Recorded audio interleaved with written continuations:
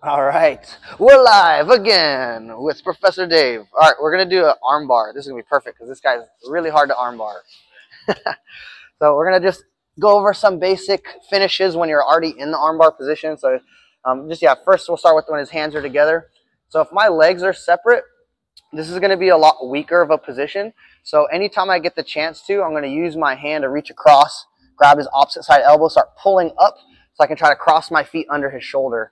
Now, specifically when I'm crossing my feet, the leg that's on the head is the most important to really keep him down on the ground. The leg that's on the stomach, I want to use that as a support. So I just cross over the top right here and just kind of hug his shoulder tight to my chest right now. Now, with my hand that's kind of woven through, you can use either side to kind of weave through. But I like to place my hand on top of my thigh just so then I have like a really strong anchor. I don't have to use so much strength to hold him. I can kind of use the structural integrity of my like skeleton, my arms kind of like placed on my thigh here.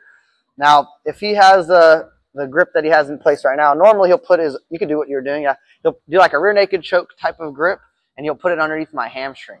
So that's actually going to be one of like the stronger positions for him to defend this move. So first things first is I don't want him to slip his head out through this little hole. That's going to be like a big issue for me. It's going to start getting him free.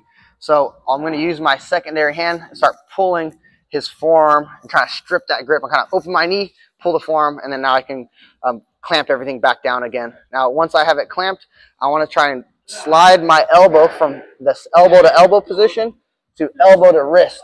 And what will kind of help me do that is if I can pull his elbow across and then start to go with elbow to wrist right here.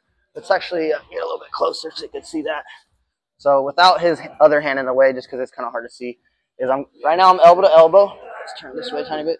I'm going to push his elbow towards my hip and slide my elbow close to his wrist. So when his hands are together here, I start getting my feet crossed.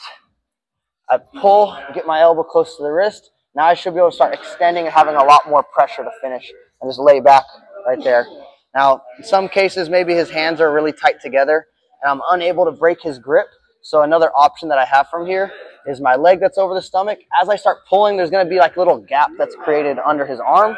That's where I'm going to be able to weave my foot inside this hole. Once my foot goes through this hole, then I can start to lock like this Kimura style grip where I grab onto my own forearm, I grab onto his forearm, and now I'm going to actually let my leg slip off of his head. My heel is going to go tight to the side of his neck. I'm going to start laying down so I can pull him on top. I'm going to pull him directly into this triangle this way. Scoot tight that way.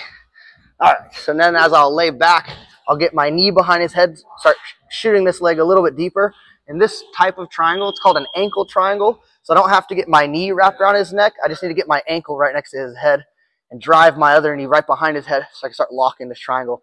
Now I can finish if I just squeeze right here, but if I reach for his opposite arm again and start pulling this arm towards me, this will help increase that strangle. So I keep pulling, start squeezing, and I should be able to get a really nice finish right there. And then along with this choke, I can always go back to finishing the arm bar, even from the triangle or pass the leg back over into the standard arm bar position right there.